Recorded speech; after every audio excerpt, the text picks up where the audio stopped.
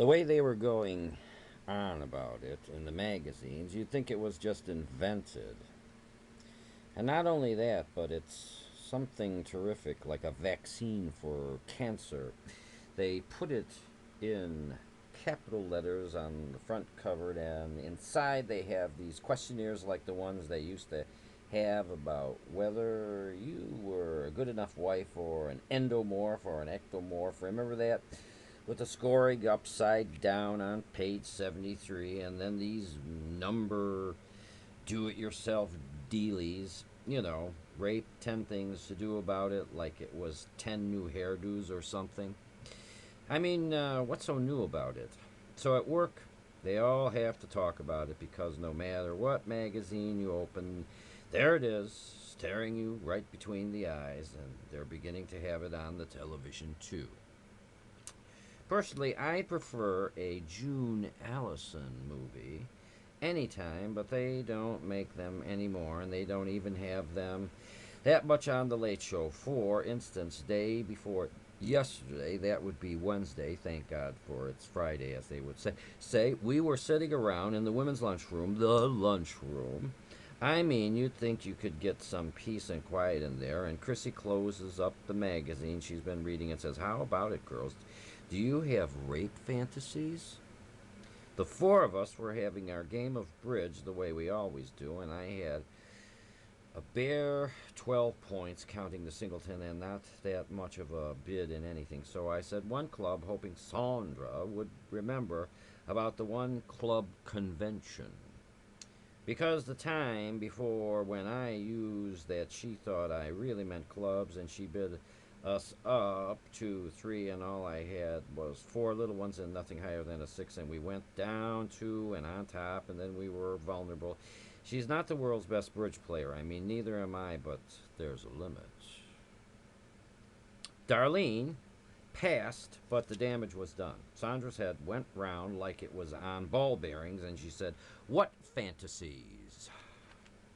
"Rape fantasies," Chrissy said. "She's a receptionist, and she looks like one. She's pretty, but cool as a cucumber. Like she's been painted all over with nail polish, if you know what I mean. Varnished.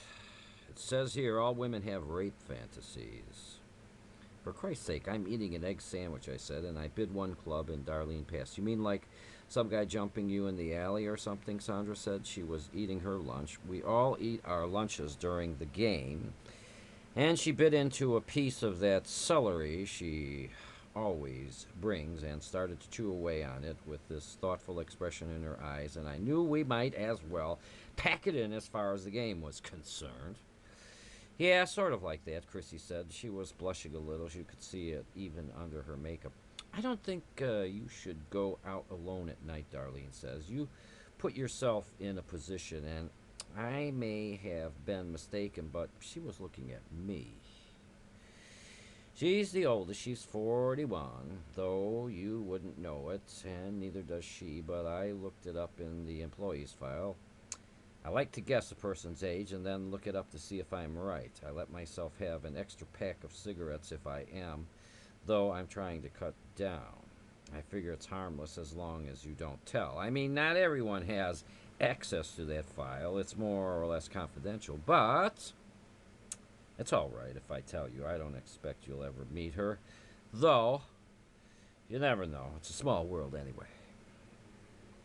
"For heaven's sakes, it's only Toronto," Greta said. "She worked in Detroit for 3 years, and she never lets you forget it. It's like she thinks she's a war hero or something. We should all admire her just for the fact that she's walking this earth, though really living in Windsor the whole time. She just worked in Detroit, which for me doesn't really count." "Well," Greta said, "I sometimes think about it. My apartment, I got this little balcony. I like to sit out there in the summer, and I have a few plants out there. I never bother that much about locking the door to the balcony. It's one of those sliding glass doors. I'm on the 18th floor, for heaven's sakes. I've got a good view of the lake and the CN Tower, but I'm sitting around one night in my housecoat watching TV with my shoes off. You know how you do, and I see this guy's feet coming down past the window, and the next thing you know, he's standing on the balcony. He lets himself down by a rope with the hook on the end of it, and from the floor alone in the 19th, and before I can get up off the Chesterfield, he's inside the apartment. Ooh, he's all dressed in black with black gloves on. I knew right away what show she got the black gloves off because I saw the same one, and then he, well, you know what? Said what Greta said, and afterwards he tells me that he goes all over the outside of the apartment building like that from one floor to another with his rope and his hook. And then he goes out to the balcony and tosses his rope and he climbs up it and disappears. Just like Tarzan, I said, but nobody laughed. Is that all, Chrissy said. Don't you think about it? Well, I think about being in the bathtub with no clothes on. So who takes a bath in their clothes? I said you have to admit it's stupid when you come to think of it, but she just went on. To be continued.